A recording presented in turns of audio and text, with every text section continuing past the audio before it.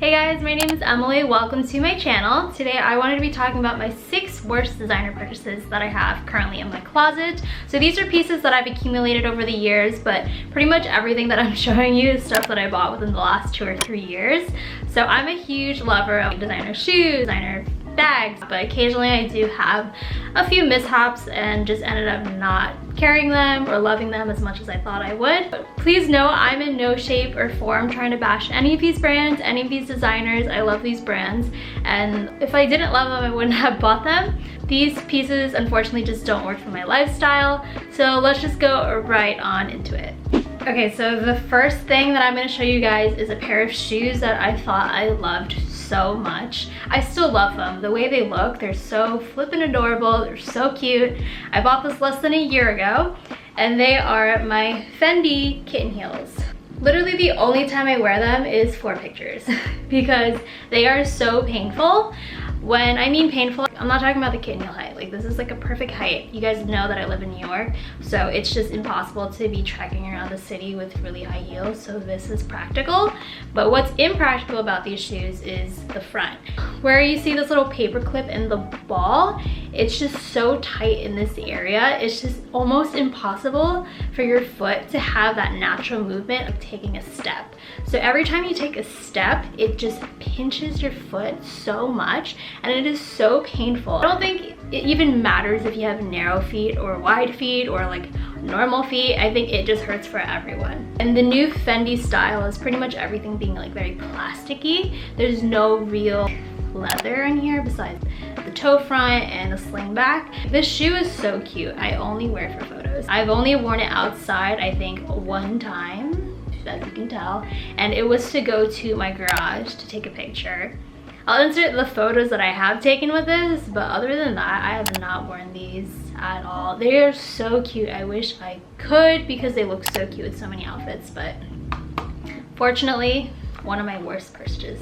So I'm gonna keep staying on the wave of shoes, and I know you guys are gonna be like, this is so ugly, why did you even buy it? So when the dad trend, like the Balenciaga Triple S sneakers, was really big, I kind of fell for it. I didn't get the Triple S's, don't worry, but I wanted something that was different because I didn't like how chunky the Triple S's were, but I wanted the sneaker trend. So I ended up getting the Stella McCartney Eclipse sneakers, I believe that's what they're called. But they're actually really comfortable. They are super great. The color I love like burgundy, red, you know, but it's just so ugly. Like, it's just so ugly. I don't even know what else to say about them. They are also really expensive. There's literally dust all over them, and I'm like ripping them out because I haven't worn them in that long.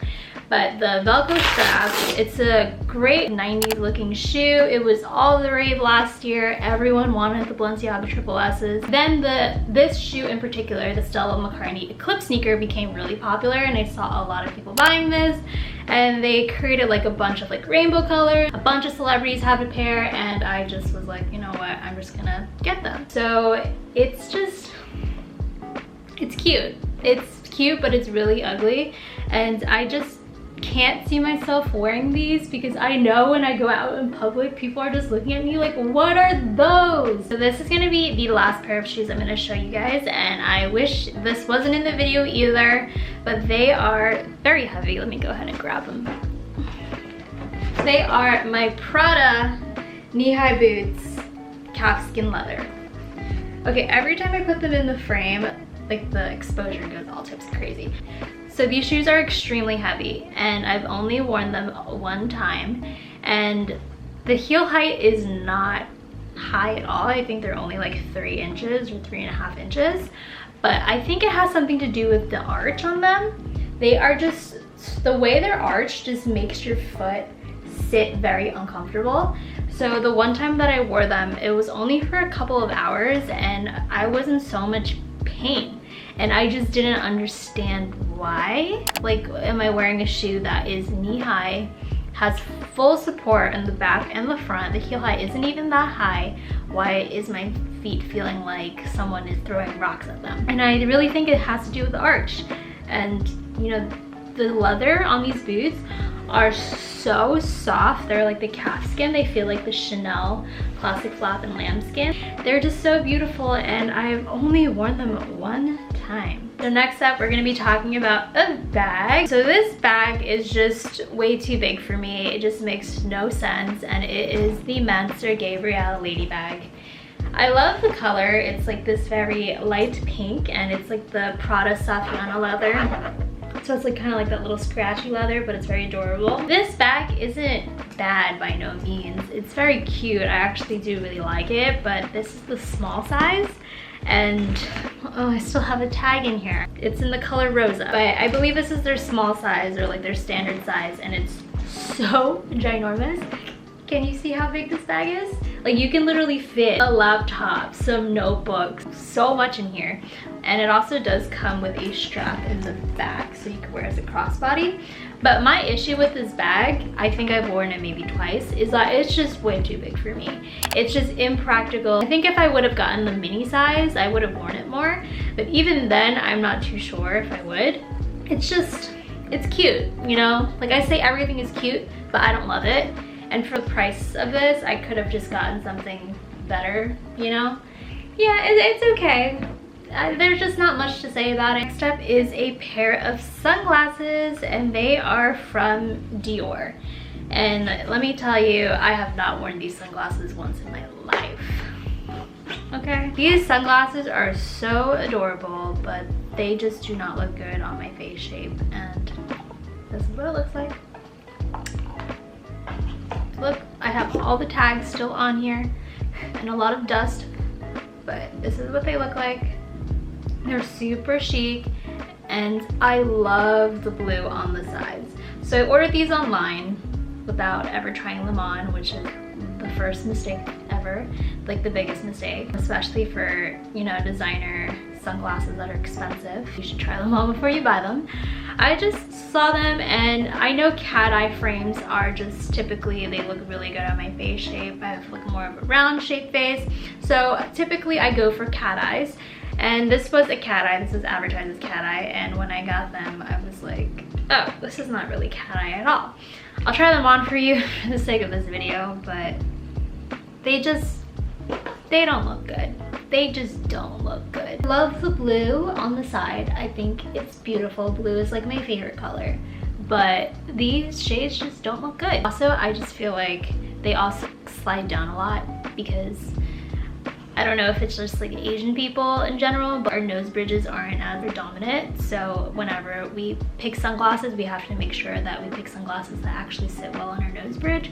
And like the moment I go like this, they just fall down. And all my other sunglasses don't do that. So yeah, I'm just not in love with this. It just doesn't sit well on my face. I'm sure this is gonna look absolutely beautiful on other people. I've seen it on celebrities. It looks cute. Just on me, it's just a big no. It just does not look good on me at all. Okay, so for my last item, this is gonna be a little bit controversial.